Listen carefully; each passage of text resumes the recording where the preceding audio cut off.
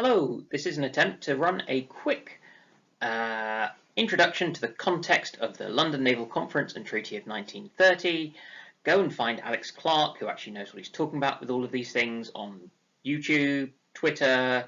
He podcasts as part of the Bilge Pumps via SimSec. He's on Discord. He's got Patreon. He's on Amazon.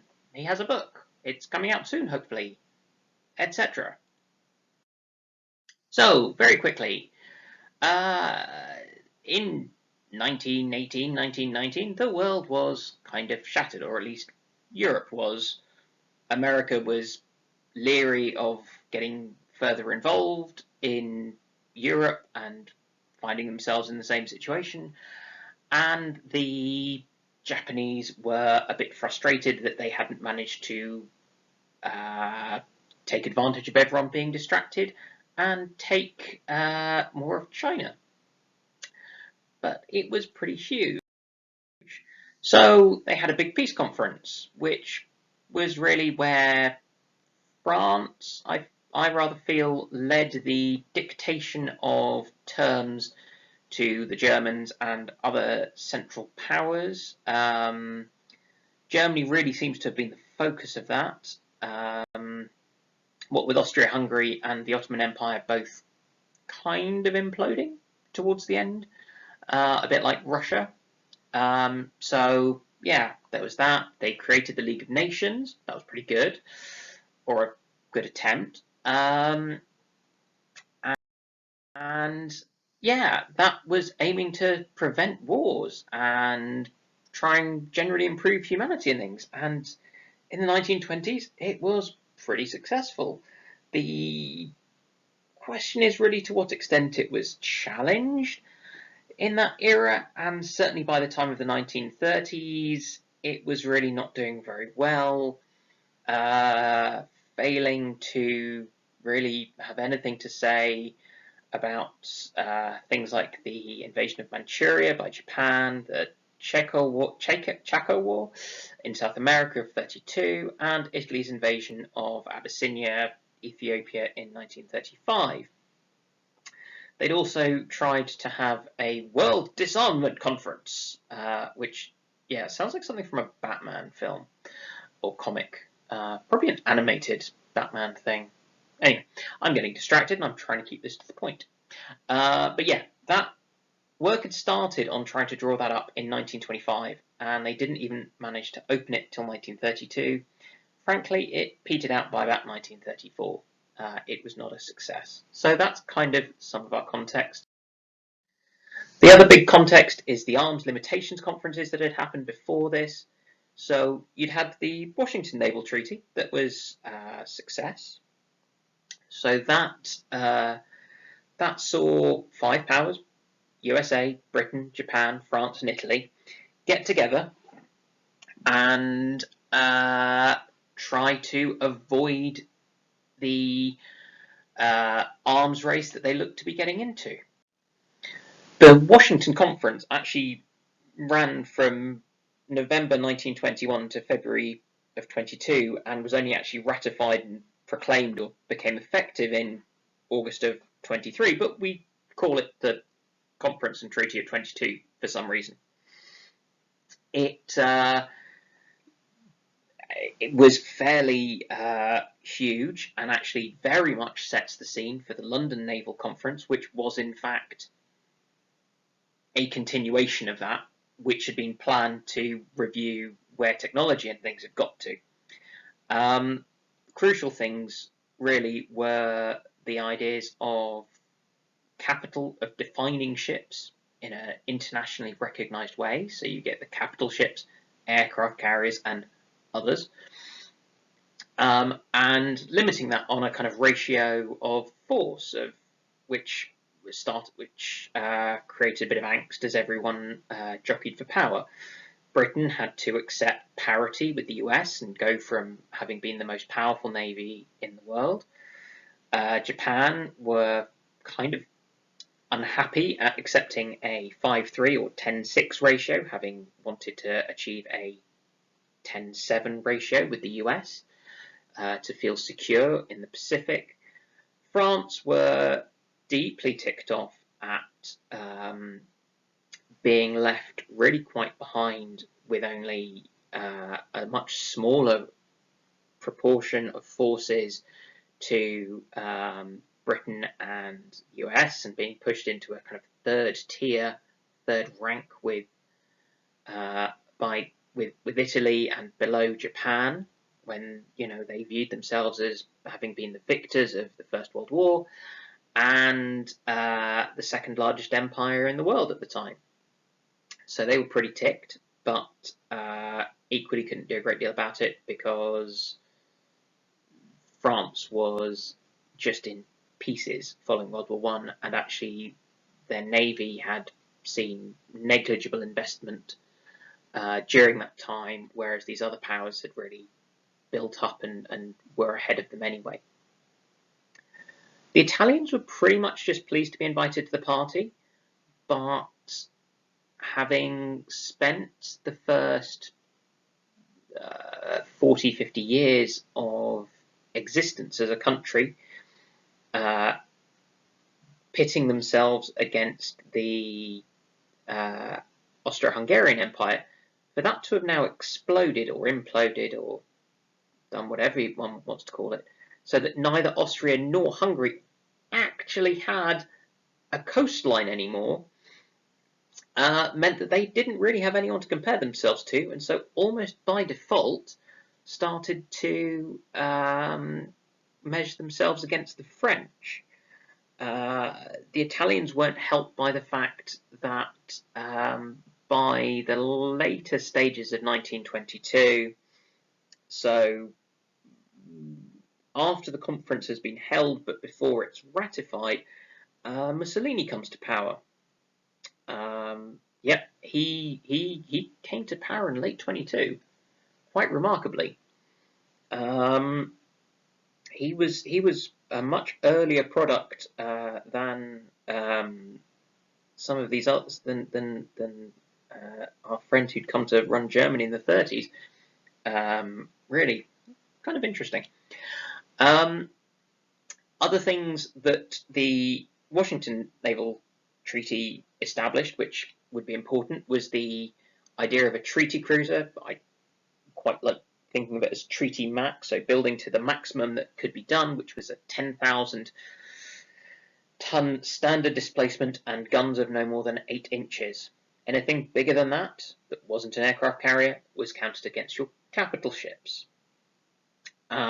So suddenly everyone had a bar to be building up against, and so they did. Standard displacement was an interesting creation. It's totally artificial, would never actually be weighed in a sense, because it was a fully equipped for war or sailing ship. So all the ammunition, guns, personnel, things for personnel to eat, stuff like that, but no fuel and no boiler feed water. Fresh water that was for drinking, that got counted. Rum for the Royal Navy got counted, presumably wine or brandy for the French, unless they were from Normandy, in which case Calvados probably. And it was prohibition in the States, I think, so nothing for them. And but not fuel. So the idea of this was to not penalise countries that would be looking to fight at longer ranges. So this was the US looking at the Pacific, and to some extent the Royal Navy. And it led to some quite interesting things, especially once people realised that actually oil fuel is pretty heavy, and so you can use it quite effectively to create torpedo protection systems and things. So that, and then the Royal Navy kind of went, well, we prefer to keep our oil tanks somewhere else so they don't get contaminated, so we're just going to use random water. But because random water is not counted in this, boiler feed water is, drinking water is, this is just random water, we're not going to count it in the Nelson class, which was exciting. So yeah, that's the Washington Naval Treaty. It's due to run until the end of 1936, and it has this planned review. That review is the London Naval Conference. Yeah, that's kind of that one. Then you get an attempt a bit before the London Naval Conference, which is held in Geneva in 1927. It's, what's the best way of putting it?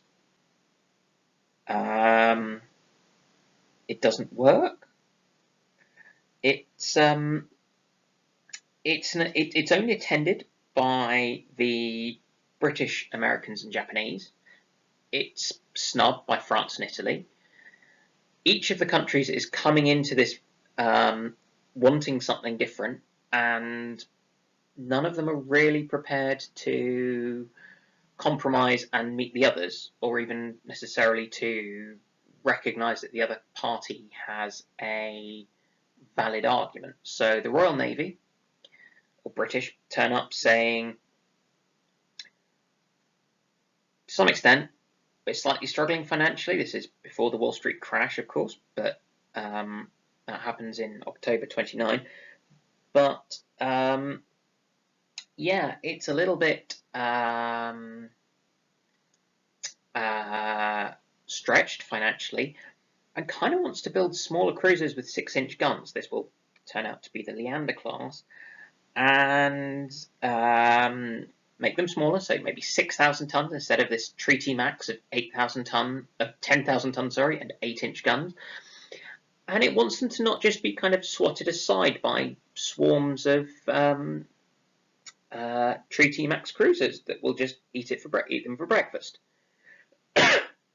The US want to just limit all naval construction because they're kind of looking at the amount they're starting to have to spend, looking like they're going to need to spend, and frankly how far behind they are during the period of 1922 to 1927. They have really fallen behind in their construction. They've laid down pretty much nothing in terms of destroyers, in fact definitely nothing in terms of destroyers. They're still stuck with the absolute hordes of 4-stackers, 4-pipers, flush deck cruise destroyers, whatever you want to call them. They've got naval in terms of cruisers. They've got the Omaha class. They are maybe thinking about the Pensacola class. They haven't even laid down the first of the slightly less rubbish of their 8-inch cruisers. And the Omahas were the first cruisers they built in a very, very long time. So they were quite a dated design and really weren't any good either. But the US wouldn't kind of acknowledge or recognise the fact that Britain had a bigger priority on cruisers for policing vast trade networks and sea lines of communications versus the US, who were really just concentrating on being able to beat up the Japanese. The Japanese came along to the conference basically just wanting to get the 10-7 ratio with the US Navy for their capital ships to get what they thought was a functional parity for their own defensive purposes.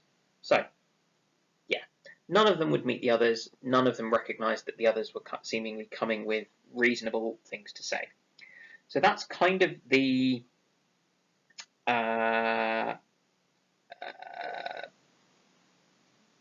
setup to the London Naval Conference, which then opens on the 21st of January 1930, closed on the 22nd of April, and manages to get ratified and go into effect on the 27th of October.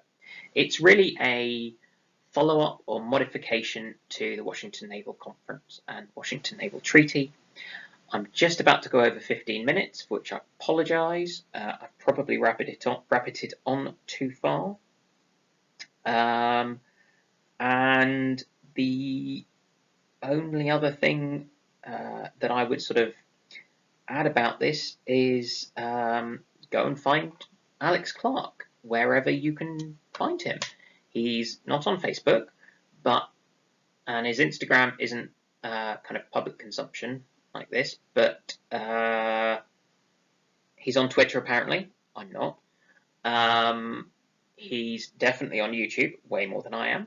He's got the podcast, which he does through CIMSEC, which is the Centre for International Maritime Security, which is a very cool organisation.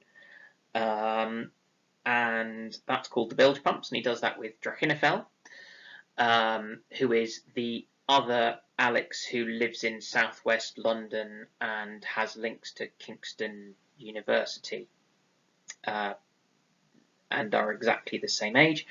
And he's also on Discord. He's got a Patreon, which is lovely. And yeah, and he's going to have a book out soon, hopefully. And lastly, he's created, because he talks a lot about his books, he's got an Amazon creator account thing. I don't really understand them. Anyway, go and find him, follow him. I'll try and keep coming with these, and that's everything. Ta-ta for now.